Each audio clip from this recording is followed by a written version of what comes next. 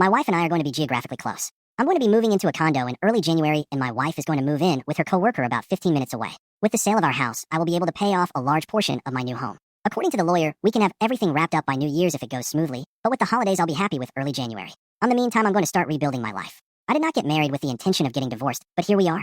I am going to work on myself and my relationship with my daughter, starting with a vacation. I am going to surprise her with a trip to Disney this winter. It will be expensive, but I really want to make her happy and create some happy memories. I'm going to miss her on weekends. Maybe one day I'll explain this all to her when she is an appropriate age, and we can talk about it more. In the meantime, I am going to work on myself and try to be the best version of me that I can.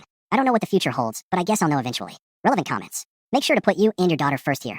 You don't owe your ex anything. Yes, she and I have talked about basically making sure shared bills are paid. All other communication is through our lawyers. All of her issues are on her now and not my problem. Did she admit to the affair, or did you find out? I found some credit card statements that did not make sense. So I confronted her. According to her, and she's a liar, so who knows? The feelings developed a couple years ago, and she was not sure how to address it. I personally don't care what she feels at this point.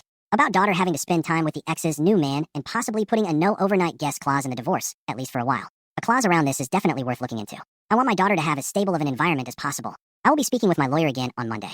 Thank you for this information. OOP also posted on a different sub after this, but with no new information. That sub also often does not allow cross-posting, so I did not include it. Final update, February 12th, 2024, 5 months from OG post. Hi everyone. I figured I would give one final update. My divorce has been finalized, and I feel exhausted and relieved. I am looking forward to starting the next chapter of my life. This was the longest close to 6 months of my life, and I'm happy it's over. I do feel a little empty, but that will pass eventually. My ex-wife dragged parts of it out more than needed, which was very frustrating. She ended up finding her own place, which she was not happy about. She is also pregnant, but neither of those are my problem. I have primary custody of our daughter. I get most weeknights and most weekends, plus travel. She and I are both doing well and adjusting to things a little bit. I'm working on myself still and think I have a long way to go. She is talking at a therapist who is helping her work through her emotions, and I tried to make the holidays special for her.